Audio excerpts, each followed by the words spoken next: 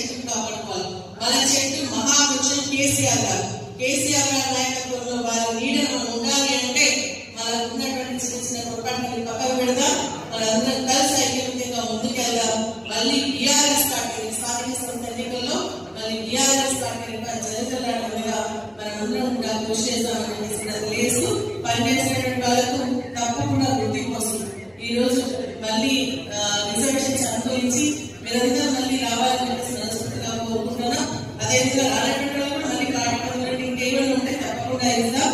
కానీ మనం మాత్రం ఐక్యతలో ఉండాలి. మనం మాట్లాడితే కేసులు పెట్టాలి, లోపలయ్యాలి.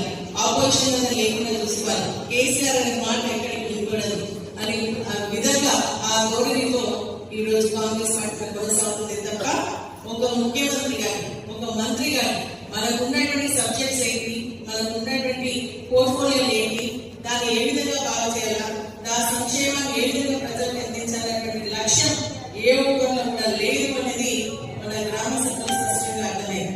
గ్రామ సభలు పెట్టిన ఎవరు సజెషన్స్ ఇస్తున్నారు మనకైతే తెలియదు, కానీ ఆ సజెషన్స్ అన్ని కూడా తప్పే.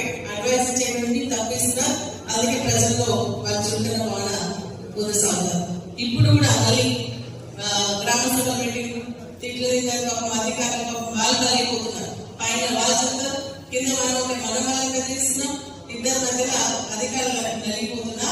మరి ఈ రోజు ఏంటంటే మళ్ళీ మోసం చేయడానికి కంకణ వదిలే ముందుకు వస్తారు. రేపు సర్పంచ్ ఎలక్షన్స్, సర్పంచ్ అయిపోయింది, ఎంపీటీసీ అయిపోయింది, జెడ్పీటీసీ అయిపోయింది, ఈ రోజు కౌన్సిల్స్ అయిపోయింది, ఇంకా ముందు లేదు మన పిఎస్ఎస్ కూడా అయిపోతుంది.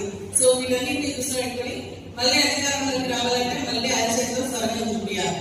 ఆ చూపించాలంటే మళ్ళీ యొక్క దరఖాస్తుల స్వీకరణ, మళ్ళీ గ్రామ సభలు, మళ్ళీ ఇప్పుడేమంటారు ఈ రోజు ఒక్క గ్రామాన్ని ఎంపిక చేసి ఆ గ్రామంలో అందరికీ అందిస్తామని చెప్తున్నారు. మార్చ్ వరకు అన్ని కంప్లీట్ చేస్తామన్నారు.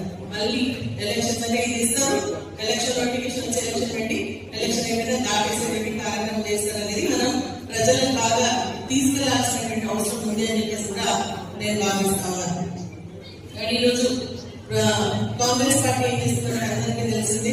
ప్రజలు మనం అపోజిషన్ గా మాట్లాడినా ప్రజలు మాత్రం వాళ్ళు తప్పకుండా మోసం చేస్తున్నారు అనేది వాళ్ళందరూ కూడా నమ్మేటువంటి పరిస్థితి లేకుండా పోయింది.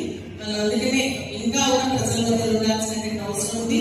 మరి మున్సిపాలిటీస్ కానీ గ్రామ పంచాయతీ కానీ ఎన్ని ఒక్క రూపాయి కూడా ఇంతవరకు వాళ్ళు ఇచ్చినటువంటి పాపన ఆ రోజు కేసీఆర్